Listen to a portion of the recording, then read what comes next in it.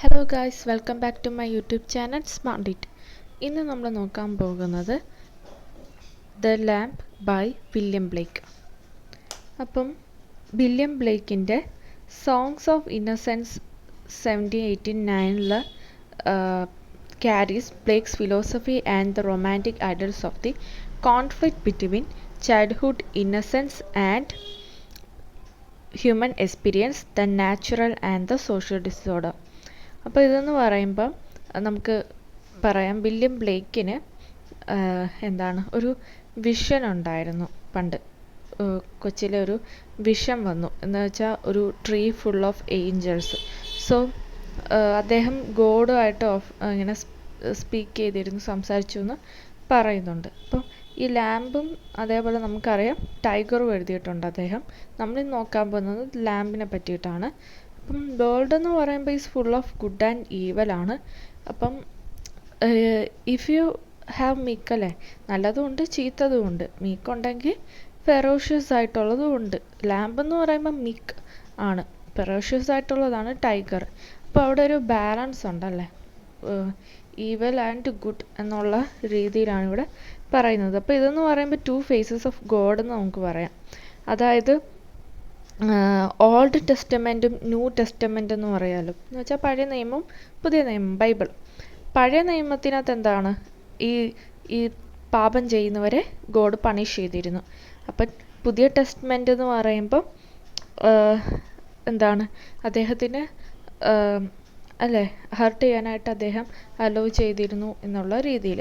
അപ്പം ഇവിടെ നമുക്ക് ലാമ്പ് നോക്കാം.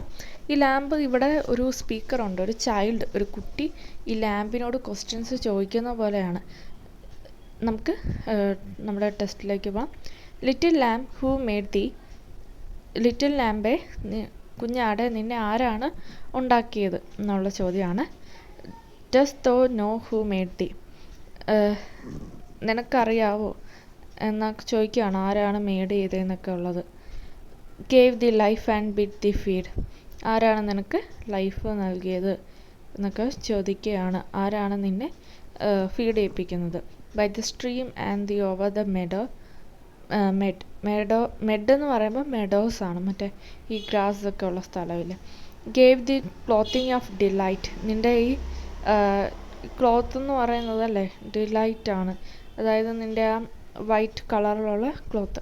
സോഫ്റ്റസ്റ്റ് ക്ലോത്തിങ് വൂളി ബ്രൈറ്റ് അല്ലേ, ആ ഭയങ്കര സോഫ്റ്റ് ആണല്ലോ അതിൻ്റെ ആ പുറമേയുള്ള ക്ലോത്ത് എന്ന് പറയുന്നത്. Gave thee such a tender voice അല്ലേ, നമുക്കറിയാം ഈ ലാമ്പിനൊക്കെ ടെൻഡർ വോയിസ് ആണ്, സ്വീറ്റ് വോയിസ് ആണുള്ളത്. അത് നിനക്ക് ആര് നൽകി.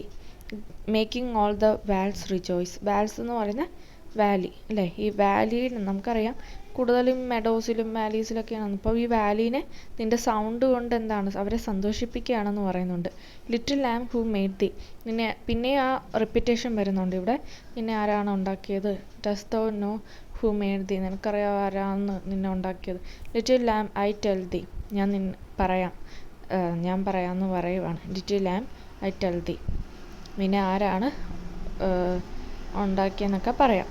He is called by thy name, thy എന്ന് ഇവിടെ ഉദ്ദേശിക്കുന്നത് THY എന്ന് പറയുമ്പോൾ പണ്ടത്തെ ഇംഗ്ലീഷാണ്, യുവർ എന്നാണ് അർത്ഥം. അപ്പം നിൻ്റെ നെയിം വെച്ചാണ് അവനെ അറിയപ്പെടുന്നത്.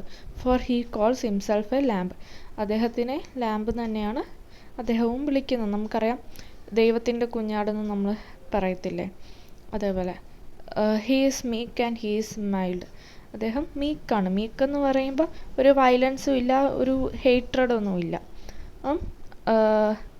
മിൽഡ് എന്ന് പറയുമ്പോൾ അറിയാമല്ലോ ഭയങ്കര സോഫ്റ്റ് അങ്ങനെ. മൈൽഡ് എന്ന് പറയുമ്പോൾ സോഫ്റ്റ്.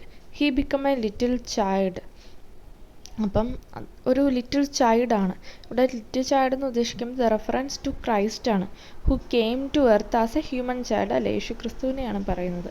അപ്പം ഗോഡിനെ നമുക്ക് ഷെപ്പാഡ് എന്ന് തന്നെ പറയാം അല്ലേ, ഷെപ്പാഡ്. ഈ ഈ ആട് ഒക്കെ മേയ്ക്കുന്ന ആൾക്കാർ, ആട്ടിടയൻ. I a child and thou a lamb, ഞാനൊരു ചൈൽഡാണ് നീ ഒരു ലാമ്പാണ്. അപ്പോൾ ചൈൽഡാണ് സംസാരിക്കുന്നത് നമുക്ക് മനസ്സിലായി. We are called by his name, നമ്മൾ അവൻ്റെ നെയിം വെച്ചാണ് നമ്മളെ വിളിക്കപ്പെടുന്നത്.